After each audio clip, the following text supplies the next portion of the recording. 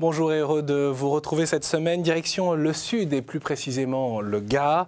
Depuis le mont Aigoual, ce point culminant du département à 1567 mètres d'altitude dans les Cévennes, eh bien, on voit bien la diversité de ce diocèse de Nîmes, Uzès et Alès, des petites vallées cévenoles jusqu'aux côtes de la Méditerranée. Nous sommes avec Monseigneur Wadblé. Bonjour. Bonjour. Un grand merci d'être avec nous, Monseigneur, puisque vous allez nous parler de cette culture méditerranéenne qui fait aussi le terroir du Gard, même si au fond, il y a une grande diversité dans votre diocèse.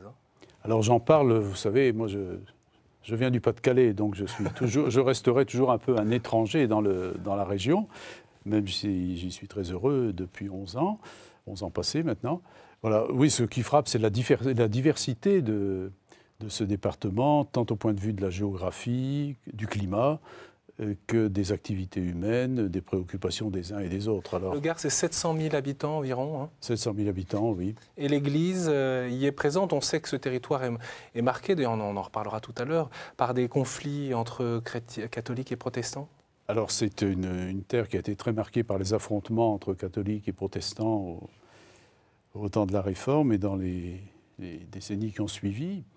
Oui, ça reste très présent dans la mémoire collective, enfin, dans la conscience qu'on en a, même si avec l'œcuménisme, les progrès sont absolument considérables. Pour poursuivre un peu ce contexte de votre diocèse de Nîmes, Monseigneur, je voudrais vous faire réagir. Le Gard s'est illustré lors des dernières élections présidentielles, législatives, avec une forte poussée du Front National. Qu'est-ce que cela signifie pour vous? Alors, c'est vrai qu'on a beaucoup souligné cette réalité gardoise. Je crois, enfin moi je n'ai pas d'analyse particulière, si vous voulez, qui viendrait s'ajouter à celle des spécialistes, mais je crois que c'est l'expression, on peut y dire, en tout cas l'expression d'un certain nombre de peurs. Il y a des difficultés pour vivre ensemble, au moins en certaines localités, ou face à certaines réalités. Peut-être aussi qu'en d'autres endroits, on fantasme plus qu'on est réellement confronté à des difficultés. Mais moi, personnellement, je souhaiterais que l'Église catholique puisse y contribuer par ses différentes communautés, qu'on puisse justement proposer des temps, des moments, et peut-être des lieux, où ces peurs puissent s'exprimer très simplement. De quoi a-t-on peur? Bon, est-ce une question liée à l'insécurité, comme on dit? Est-ce aussi une sorte de confrontation avec des pratiques, des façons de vivre, des exigences dans la vie ordinaire, touchant à l'alimentation, à l'habillement, je ne sais. Enfin, percevez-vous une poussée d'un radicalisme musulman dans certains coins de votre diocèse? Alors moi, je n'irai pas jusqu'à le dire aussi brutalement. Enfin, il faudrait certainement nuancer, il faudrait apporter des faits et les vérifier. Mais en tout cas, il y a des peurs qui s'expriment et je sais, on sait que les autorités civiles s'en préoccupent. Donc les chrétiens peuvent contribuer justement à faire en sorte que ce vivre ensemble soit plus apaisé d'une certaine manière. Oui, ou que l'on cherche ensemble comment vivre en paix et dans le respect les uns des autres, la reconnaissance. Parce que beaucoup de choses se vivent pacifiquement. Mais évidemment, ce n'est pas ça qui est monté en épingle, si vous voulez. Ce sont les incidents, les bavures, ou éventuellement les rumeurs, et puis parfois aussi certains faits. Monseigneur, justement, vous évoquiez tout à l'heure les conflits entre catholiques et protestants. Il se trouve que c'est aussi un exemple d'un chemin d'apaisement entre les différentes communautés. Nous sommes allés à la rencontre du comité nîmois d'Église chrétienne, où siègent des représentants, des responsables de différentes communautés chrétiennes. Je vous propose de les écouter. Dans le diocèse de Nîmes, dans le Gard, il faut toujours penser d'où l'on vient, à savoir que le pays a été marqué par les guerres de religion. Dans les Cévennes, il y a eu l'époque donc très dure avec les dragonnades, et donc aujourd'hui, on a fait beaucoup de chemin et on a commencé, par dialoguer et par mieux se connaître. Et maintenant, comme on peut le constater, on arrive à réaliser un certain nombre de choses ensemble. Je pense que les mémoires restent présentes, mais moi j'ai le sentiment que c'est pacifié, que c'est réconcilié. Je ne pense pas que, dans ma communauté en tout cas, on considère les catholiques comme des gens dont il faudrait encore se méfier ou je ne sais pas quoi. Pas du tout, vraiment, il y a une page qui s'est tournée ces 30 dernières années. Hein. Il y a la notion du dialogue, le fait de se connaître finalement dans nos différences. Puis il y a aussi le fait de concrétiser des projets communs en tant que tous les chrétiens de la ville de Nîmes. On est dans la même démarche, même si on a des différences d'organisation ecclésiale ou même d'approche théologique, c'est vrai, on est dans la même démarche, à savoir suivre Christ et apprendre ensemble à recevoir de lui, quoi. Et c'est beau de voir ces différents responsables de communautés chrétiennes coude à coude. Parce que, Monseigneur Wadley, les guerres de religion, les dragonnades, les camisards, il y a plus de 3 siècles. Est-ce que ça a laissé des traces à ce point, des stigmates dans la population? Je crois que c'est resté assez présent dans les mémoires, au moins des gens d'un certain âge. Ouais. Ceci dit, c'est vrai aussi que beaucoup de choses ont progressé. Dans le domaine de la prière en commun, dans le domaine aussi des actions caritatives.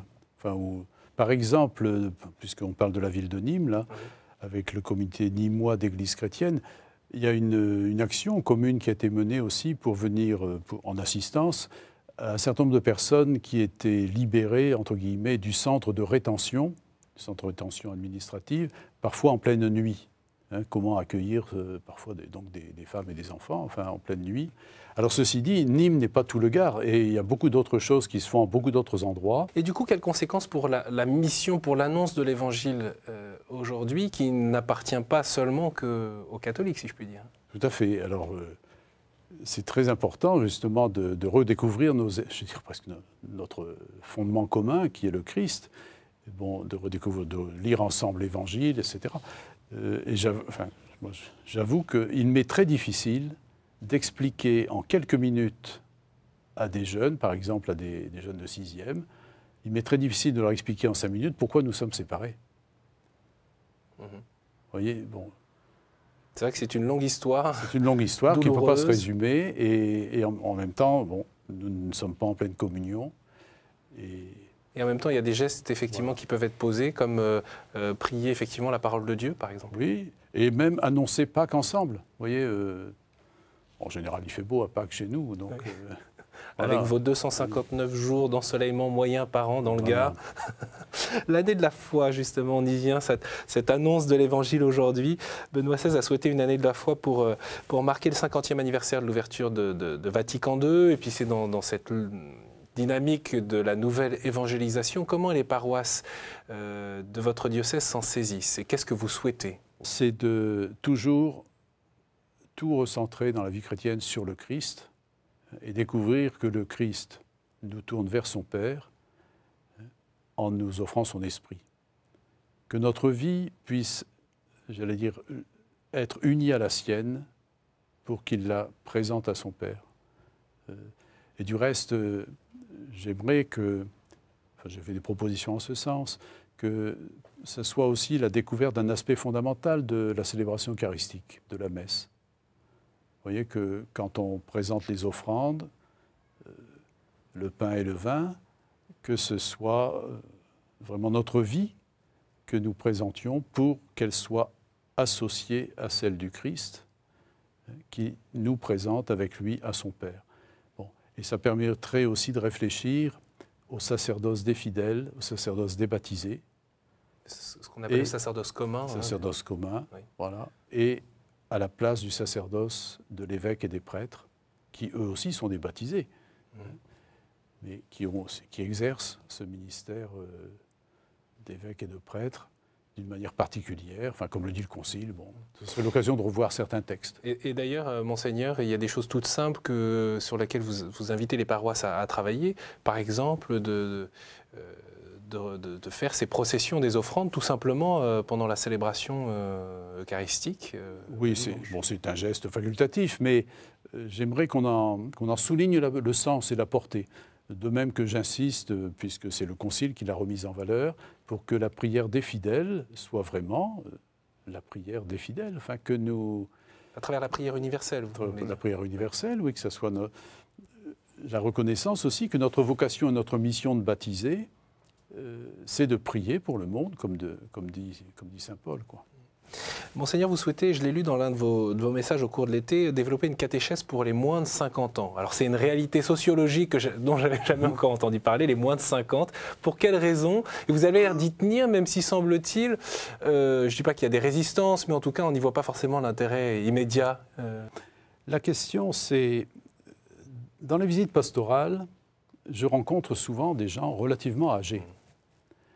Et j'aimerais que les moins de 50 ans, bon, on a dit 50 ans, c'est à cause des 50 ans du Concile, hein, de l'ouverture du Concile, que les moins de 50 ans constituent d'une certaine manière un certain réseau à travers le diocèse pour qu'ils puissent s'exprimer à leur manière. Oui. Donc la première idée, ce n'était pas de faire une catéchèse pour les moins de 50 ans, c'était que les moins de 50 ans constituent une espèce de réseau à travers le diocèse et qu'ils puissent s'exprimer d'une manière un peu originale. Parce que dans quelques années, c'est quand même eux qui feront vivre leur communauté. J'espère qu'ils y participent déjà un petit peu. Ils participent déjà maintenant, mais ils ne sont pas très très nombreux localement. Oui. Ça, c'est une question chez nous. Enfin, et pour quelle raison? Comment vous l'expliquez? Parce que numériquement, si vous voulez, les plus nombreux et d'une certaine manière les plus engagés, les plus disponibles peut-être aussi, sont plus âgés. Et puis qu'on a beaucoup d'habitudes, qu'on a du mal à changer. Peut-être. Vous parliez tout à l'heure de mise en réseau. Il se trouve que les jeunes adultes eux-mêmes ont fait beaucoup de choses ces dernières semaines et ces derniers mois pour faire connaître les propositions de l'Église à leur génération. Je pense plutôt aux plus jeunes que les moins de 50, mais aux 17-35. Avec ce fameux label Life in Gare, comme on dit, et qui tirait évidemment, il y a un jeu de mots avec l'anglais The Lifeguard, donc le sauveur. Quel regard vous portez sur cette génération Y qui se mobilise pour fédérer et tisser des liens entre eux? Les liens, alors en particulier, ils se tissent avec les réseaux sociaux, là. Donc. Ce groupe, il est né des JMJ de Madrid. Puisqu'ils ont participé aux JMJ de Madrid et puis se sont dit on va préparer les JMJ de Rio, mais on ne va pas simplement préparer les JMJ de Rio. On voudrait se retrouver, en tout cas faire quelques propositions pour nous retrouver en cours d'année. Alors, ils ont fixé 4 dates, je crois. Il y avait un week-end plutôt sportif dans les gorges de l'Ardèche, avec le canoë. Il y aura un temps fort plus spirituel, entre guillemets, le 8 décembre. Il y aura un temps en mars autour de la solidarité, la charité et la foi, dans la préparation de diaconia. Et puis il y aura en juin le temps d'envoi pour les JMJ. Bon. Et alors, donc, ils ont constitué leur réseau petit à petit. Et puis il y a de la créativité, là, en tout cas. Je crois, oui. C'est une des choses que j'admire dans ce département et dans ce diocèse. Il y a beaucoup d'imagination, de créativité. La petite limite que je me permets de souligner, c'est que quelquefois, on oublie de vérifier si le voisin n'a pas eu la même idée et si on pourrait travailler ensemble. Mais donc chacun travaille parfois un peu trop de son côté. Mais on a beaucoup d'idées, oui. Autre sujet, Monseigneur, qui est étroitement lié à l'avenir de l'Église dans le Gard, c'est les futurs prêtres, la formation des séminaristes. Je vous propose justement de nous rendre dans le district de Montbouquet. C'est pas très loin d'Alès. 5 petits groupes de fidèles se retrouvent régulièrement pour prier pour les vocations sacerdotales et même plus particulièrement pour chacun des séminaristes. Marine Wolf est allée à la rencontre de l'un de ces groupes créés à l'initiative du père Albert Ouedraogo il y a un an. Les paroissiens donc s'engagent à prier tous les jours chez eux pour le séminariste et puis se retrouvent également en petits groupes. On regarde. Depuis un an, le père Albert veut créer une unité entre les séminaristes du diocèse et ses paroissiens. Il a alors mis en place 5 groupes de prière. Comme Marthe, une 50aine de paroissiens prient chaque jour chez eux pour leurs futurs prêtres. Ils ont besoin de savoir qu'il y a des chrétiens qui croient encore en eux. Je me sens en communion avec les autres chrétiens qui vont prier et avec les séminaristes. La vocation devrait être le souci de toute l'Église. Et c'est pour cela que nous avons voulu que ce soit en Église que nous puissions prier. D'abord individuellement dans nos familles, parce que chaque famille aussi est une petite église ecclésiale. Une fois par mois, le petit groupe se retrouve pour prier ensemble. Ce jour-là, ils sont réunis dans l'église de Saint-Just-et-Vaquière, à une 50aine de kilomètres de Nîmes. Il est important d'encourager et de soutenir ceux qui montrent des signes clairs de l'appel à la vie sacerdotale et à la consécration religieuse. Dans le monde d'aujourd'hui, les vocations sont mal vues. C'est pas dans le vent en somme, voilà. Et ce qu'il faut, c'est s'amuser, c'est penser à soi, le matériel. Et la spiritualité, elle est laissée de côté. On le soutient, il faut qu'il reste ferme dans son oui, qu'il aille vraiment jusqu'au bout. Et puis on lui dit que l'Église a besoin de lui. L'église de Nîmes a en effet besoin de ses séminaristes. En 2012, le diocèse en compte seulement 2. Ils étaient presque 4 fois plus il y a 10 ans. Il n'y a donc plus de séminaires sur place et depuis 2003, les séminaristes vont se former à Toulouse, loin de leur communauté. Pour déjà tisser des liens avec leurs futurs prêtres, les paroissiens profitent du rassemblement des 5 groupes de prière pour lui écrire. Avant de l'envoyer, l'un d'entre eux lit la lettre à tous. Nous pensons à vous régulièrement dans nos prières individuelles de chaque jour et régulièrement ensemble dans nos paroisses. On a un peu plus l'impression qu'ils font partie de la grande famille, quoi. Notre famille élargie. Je dis toujours à Albert que c'est mon fils adoptif. Pour les séminaristes, c'est aussi le moyen de découvrir leur communauté, d'apprendre à les aimer dans la vérité et dans la réalité. Leur intégration au sein des paroissiens sera d'autant plus simple. Il est inconcevable qu'un séminariste puisse terminer ses études sans qu'il y ait un lien concret, humain, spirituel entre lui et la communauté. Parce qu'il est appelé à être au service de la communauté. Si les communautés soutiennent comme il faut les séminaristes, si les communautés leur donnent la joie de vivre, d'être au service de l'Église et de l'Évangile, je pense que cette joie rayonnante pourrait inspirer les autres jeunes à se donner au Christ. Les paroissiens répondent ainsi à l'appel de Benoît XVI à ce que les communautés chrétiennes prennent elles-mêmes soin de toutes les vocations. Il y a une très belle expérience là qui est vécue du côté de Saint-Just-et-Vaquière, donc cette paroisse du district le district de Montbouquet. Hein. Alors ce sont des tout petits villages. Hein. Je crois qu'il je ne sais plus exactement si c'est 10 ou 12 villages, et au total, la population ne fait pas 4000 habitants. Hein. Donc des toutes petites communautés, mais vivantes. Et alors, c'est l'occasion aussi d'expliquer que le temps de formation du séminaire est un temps où s'exerce le discernement. Hein. Donc il faut conserver la liberté. Bien sûr, il faut respecter la liberté. Il faut bien comprendre que les séminaristes ne sont pas automatiquement, une fois qu'ils sont rentrés au séminaire, qu'ils n'en sortiront pas forcément prêtres. Enfin, que il y a tout ce temps de discernement et cette liberté à respecter. Mais en même temps, c'est très beau cette contribution même des personnes âgées qui, comme on le voyait tout à l'heure, ne sortent pas de chez elles, mais peuvent prier et s'associer par la prière à la vie de l'Église. Hein. Tout à fait. Et puis des personnes âgées, justement, qui ne disent pas... Bon, à mon âge, la vie de l'Église à venir, ça ne compte plus. Ça ne me préoccupe pas. Au contraire, non, ce sont des gens qui vivent dans l'espérance et qui se sentent concernés par la vie de l'Église aujourd'hui, bien sûr, mais aussi par ce qui se passera après elle. Et vous pensez que de telles initiatives peuvent également soutenir des jeunes qui se posent la question d'une éventuelle entrée au séminaire ? Alors, moi je le souhaiterais. Je pense aussi que notre grand chantier, notre grande difficulté, par certains côtés, c'est le contact avec les jeunes. Et la manière de parler de l'appel à être prêtre, à être religieux, religieuse. Des essais se font, peut-être trop timides, je ne sais pas, en trop peu d'endroits peut-être. Ce qui nous manque certainement, c'est un contact plus fréquent, plus régulier avec les jeunes. Et puis que les prêtres les plus jeunes puissent aller en différents endroits aussi du diocèse. Je dis quelquefois, toute paroisse, toute communauté a le droit à ce que de temps en temps, un prêtre jeune viennent lui parler, quoi.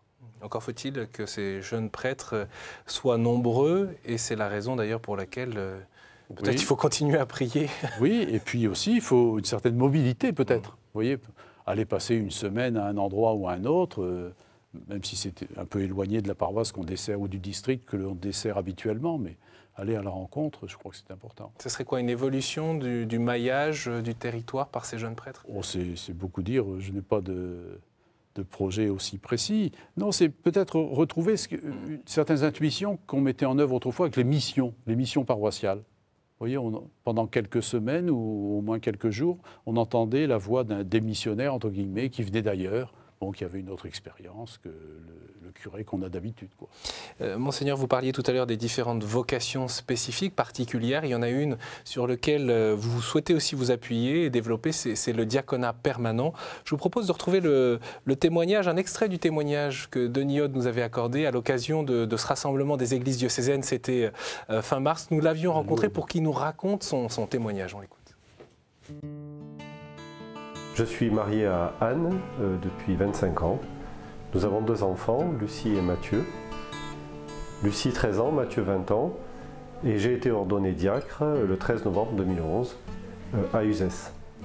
Je pense que le diaconat vient réellement féconder notre mariage. Féconder notre mariage, c'est-à-dire il vient apporter encore une dimension supplémentaire à ce que nous vivons dans le sacrement de mariage.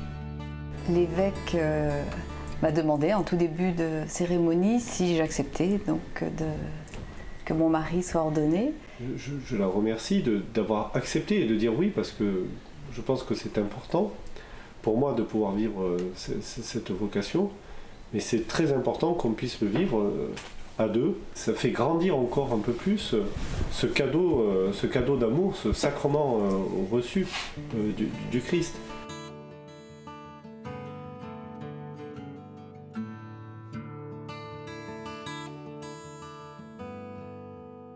J'avais une vision très déformée de ce que pouvait être le diaconat. Je trouvais que ma place n'était pas dans la liturgie, mais bien au cœur du monde. Et la grande joie que j'ai eue, c'est d'accepter de partir en formation malgré tout, 2 ans après, où j'ai accepté de rejoindre un groupe de discernement.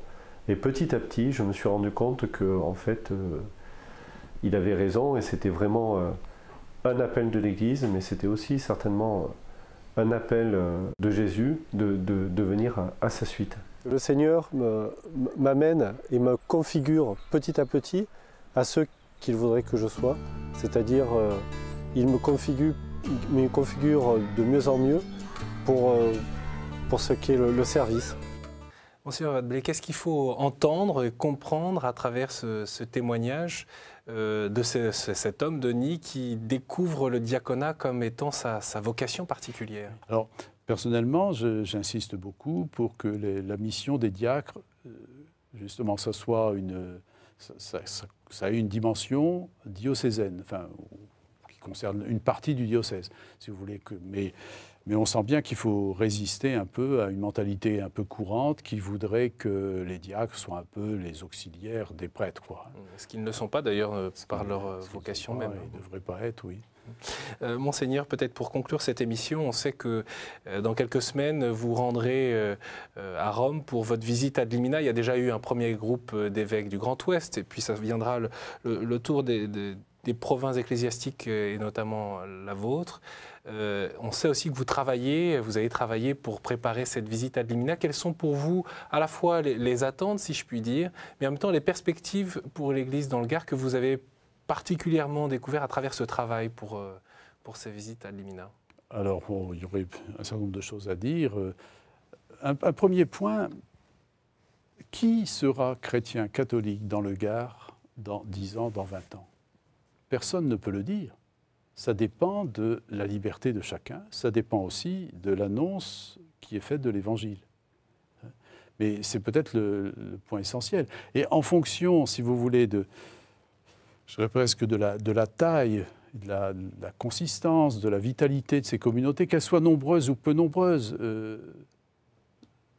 elles ont à rendre témoignage à l'Évangile dans le contexte qui est le leur. Et ça, il faut qu'on apprenne à le vivre davantage.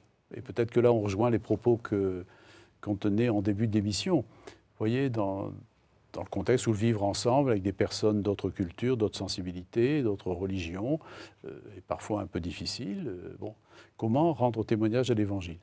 Et puis,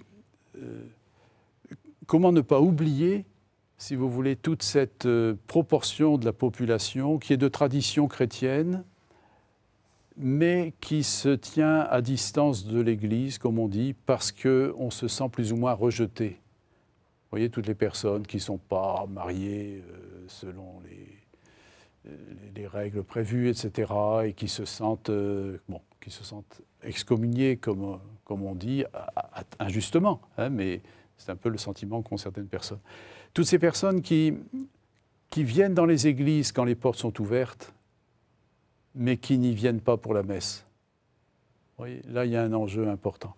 Un autre enjeu, je crois, c'est comment les prêtres, ensemble avec l'évêque, sont au service de l'ensemble du diocèse, avant d'être, j'allais dire, plus spécialement cantonnés, entre guillemets, à un district, une paroisse, etc. Vous voyez, on sent bien que là, les mentalités vont devoir évoluer aussi. Ça ne veut pas dire non plus que les prêtres vont perpétuellement bouger, mais percevoir que ce sont les prêtres ensemble avec l'évêque qui sont au service de l'ensemble du diocèse, de même que les diacres ont une mission qui touche à l'ensemble du diocèse. Et puis comment aussi nos communautés religieuses, vous voyez, on a la chance d'avoir des communautés contemplatives, on a aussi un certain nombre de communautés apostoliques, entre guillemets, bon, comment ces communautés religieuses sont perçues, comme dit le Concile, comme faisant retentir, résonner l'appel à la sainteté, qui doit marquer toute l'Église, qui concerne toute l'Église. Donc on retiendra cette notion notamment de mobilité et de conscience diocésaine pour faire en sorte que l'effort du diocèse tout entier soit tourné vers la mission et pas seulement des personnes ou des paroisses juxtaposées les unes à côté des autres. Et parce que les uns et les autres enracinés dans le Christ. On rejoint l'année de la foi. Un grand merci, Monseigneur Wadbley, d'être venu jusqu'à nos studios pour cette émission. Bien sûr, on peut retrouver d'abord Life in Gare sur Internet, hein, l'adresse s'affiche à l'instant, et l'actualité du diocèse, bien sûr, sur le site de votre diocèse de Nîmes, Uzès et Alès. KTO vit aussi au rythme de la génération Y, puisque vous pouvez partager cette émission depuis le site de KTO. Je vous dis à la semaine prochaine.